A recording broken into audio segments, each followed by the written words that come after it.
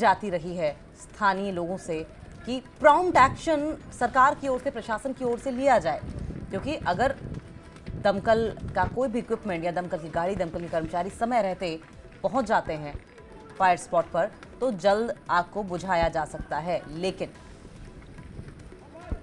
ये कई घटनाएं लगातार बैक टू बैक पिछले कुछ महीनों में आई हैं। आग से करोड़ों की संपत्ति जलकर राख हो गई है, ऐसी जानकारी आ रही है। चतरू की तस्वीरें आप देख रहे हैं, जहां पर गुज्जर बकरवाल ये हॉस्टल है, जहां पर आग लगती दिखाई दे रही है। किस तरीके से धू धू करके जल रहा है और एक एक करके धराशायी ये पूरी इमारत हो रही है। आग लगने से अब तक करोड़ों के नुकसान की जानकारी है। आग लगने के कारणों का हालांकि पता नहीं चल पाया है, लेकिन नुकसान बहुत ज्यादा हुआ है। फिरदौस, क्या अपडेट है? जी देखिए, ये लगभग 2 बजे के करीब जो है गुज्जर बकरवाल हॉस्टल, ये छात्रों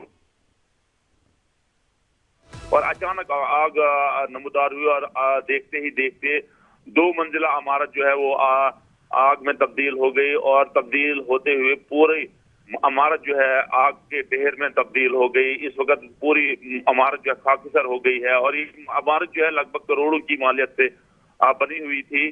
तो अभी तक तफसीलात ये है कि करोड़ों के अमलाक का नुकसान हुआ है और बिल्डिंग दोनों फ्लोर जो है वो जल के खाकसर हो गए हैं।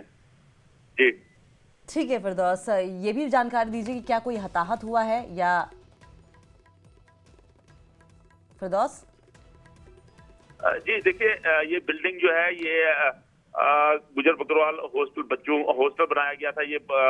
ये उन बच्चों के लिए बनाया गया था जो बच्चे फॉर फ्लंग एरियाज के थे, पहाड़ी क्षेत्र के रहने वाले बच्चे थे जो तालीम हासिल कर नहीं सकते थे, उन दूर दराज पहाड़ों से नहीं आ सकते थे और अपनी तालीम हासिल कर सकते थे। लेकिन गवर्नमेंट का एक इनिशिएटिव था कि इन बच्चों को हॉस्टल दिया जाएगा। इन बच्चों को जो है जो नियर बाई इनके कॉलेजेस हैं, स्कूल हैं, प्राइमरी स्कूल हैं, मिडिल स्कूल है, उनमें जो रखा जाएगा और उसके बाद ये अपनी तालीम को आगे बढ़ा सकेंगे, क्योंकि बहुत गरीब बच्चे हैं जो इस हॉस्टल में रह रहे थे। लेकिन आज जो है इनका आशियाना जो है जल के खाकसर हो गया है और ये बच्चे अब जो है किस तरह अपनी तालीम हासिल करेंगे। अब हम मजीद तफसीलात के लिए हम जो है DC किश्तवाड़ से भी राब्ता करके पूछेंगे कि अब ये बच्चे कहाँ रहेंगे, क्योंकि ये बिल्डिंग जो है करोड़ों की मालियत से बनी हुई थी, अब जल के खाकसर हो गई और अभी तक हमारे पास कोई ऐसी रिपोर्ट नहीं है कि इस बिल्डिंग के जलने से कोई जख्मी हुआ या कोई जानी नुकसान हुआ।